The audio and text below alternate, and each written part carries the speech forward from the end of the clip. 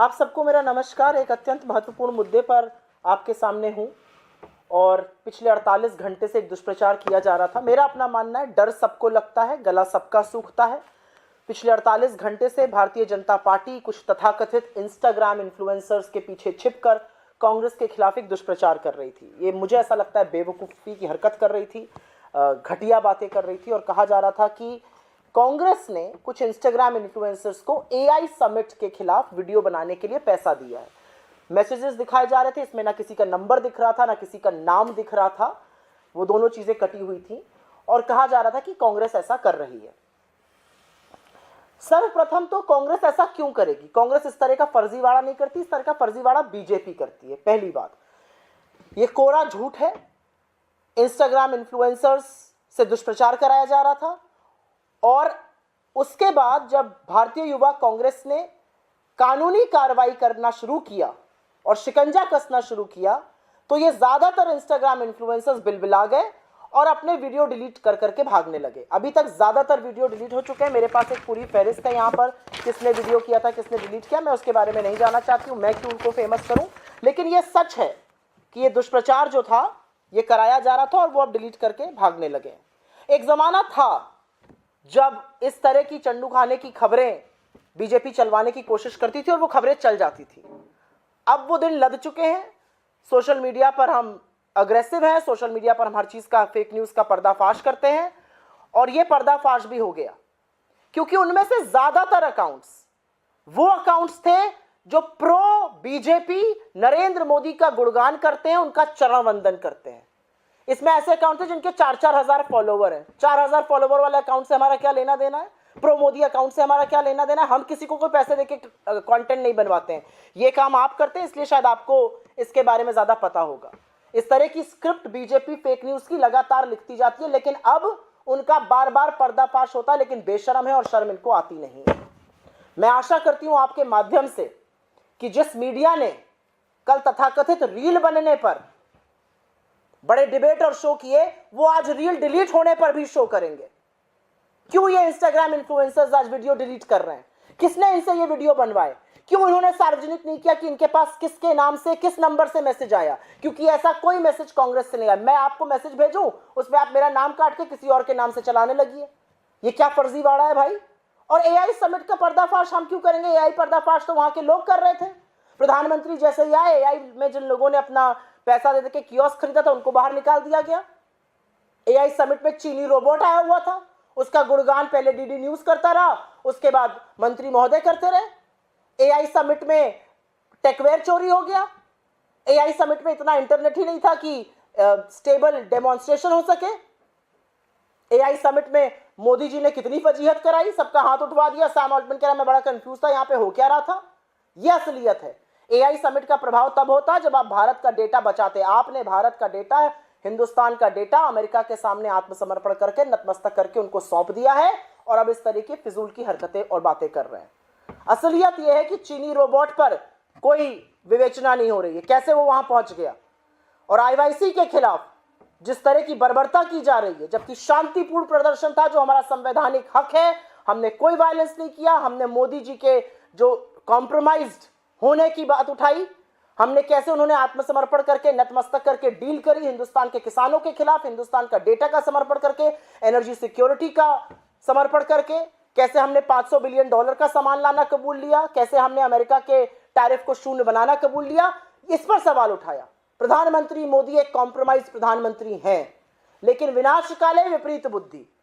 प्रधानमंत्री is compromise, ये बात नेता विपक्ष राहुल गांधी ने सदन में कही, सड़कों पर कही जा रही है। हार्ड फैक्ट्स और डेटा के साथ ये बात कही। बीजेपी का काउंटर कॉम्प्रोमाइज कैंपेन है। कम्युनिकेशन में जब आपके ऊपर कोई बात चिपक जाती है तो आप उसको दोहराते नहीं है। इनकी मति मर गई है। लेकिन मुझे खुशी है इस बात की कि डर के मारे ही सही ये जो इंस्टाग्राम इन्फ्लुएंसर्स कानूनी कार्रवाई के डर से आज अपने रील डिलीट कर रहे हैं, इस पर भी मीडिया चर्चा करेगा और पता करेगा ये वीडियो इनसे किसने बनवाए, कितना पैसा लेके इन्होंने ये वीडियो बनवाए, अब क्यों डिलीट किए गए, क्यों इन्होंने नंबर नहीं दिखाए, नाम नहीं दिखाए जो तथाकथित कांग्रेस ने भेजे थे। क्योंकि कांग्रेस ने ऐसा कुछ नहीं भेजा था। वो मैसेजेस भी बीजेपी की आईटी सेल से आए थे, बीजेपी के नेताओं से आए थे। मेरे फोन में, अगर मेरा फोन उठा दीजिए यहां पर, मेरे फोन में तमाम ऐसे मैसेजेस आ चुके हैं जो सॉरी कह रहे हैं, जो खेद व्यक्त कर रहे हैं। मैं सार्वजनिक करके उन लोगों को फेमस नहीं करूंगी, लेकिन तमाम ऐसे लोग हैं जो मुझसे सॉरी कहकर वीडियो डिलीट कर रहे हैं। क्यों ऐसा हो रहा है, इसका सवाल का जवाब इस देश के सामने रखना चाहिए, देना चाहिए। आप आईवाईसी के खिलाफ जो कार्रवाई करिए, असली बात यह है कि आईवाईसी के खिलाफ आप जितनी बर्बरता कर रहे हैं, आप उतनी अपनी मिट्टी पलीद कर रहे हैं। आप दिखा रहे हैं कि कितना सत्ता का और संसाधनों का दुरुपयोग आप कर रहे हैं। I will very briefly make a statement in English on this. For the last 48 hours, there has been a witch hunt that's been going on. All kinds of fake news has been planted. It has been alleged that the Congress party, the Indian Youth Congress, allegedly paid some Instagram influencers to make reels and videos opposing the AI summit. We have never paid anybody to make any video like that. We categorically said it from day one. This is absolutely fictitious and fake news. It's only when the Indian Youth Congress spoke about a legal action being taken against these Instagram influencers, they are running helter-skelter, they got scared, and most of these accounts, and I have a list of these guys here, most of these accounts are now deleting their videos and running away. Even when they were alleging that the Congress had asked them to make these videos, they never made the name of the person public, they never revealed a number, all those things were hidden. Who knows? It's the BJP IT cell that had got that message circulated. It's the BJP IT cell that got all these Instagram influencers to make videos against the Congress. Because the reality is that all of those videos, all of those influencers are a part of the pro-Modi, pro-BJP ecosystem. They constantly and repeatedly and frequently keep making videos supporting the BJP and all its ill-gotten and ill activities and misadventures. So today when they have deleted the video, I would like to ask, who got those videos made in the first place? Why did you not make public the names and numbers of people who allegedly got in contact with you? Because you have no one. This was an absolute fake news. This was an absolutely fictitious story that came out of the BJP IT cell. I very categorically want to say here that there was a time when you could get away with all this. Times have changed. The tide has turned.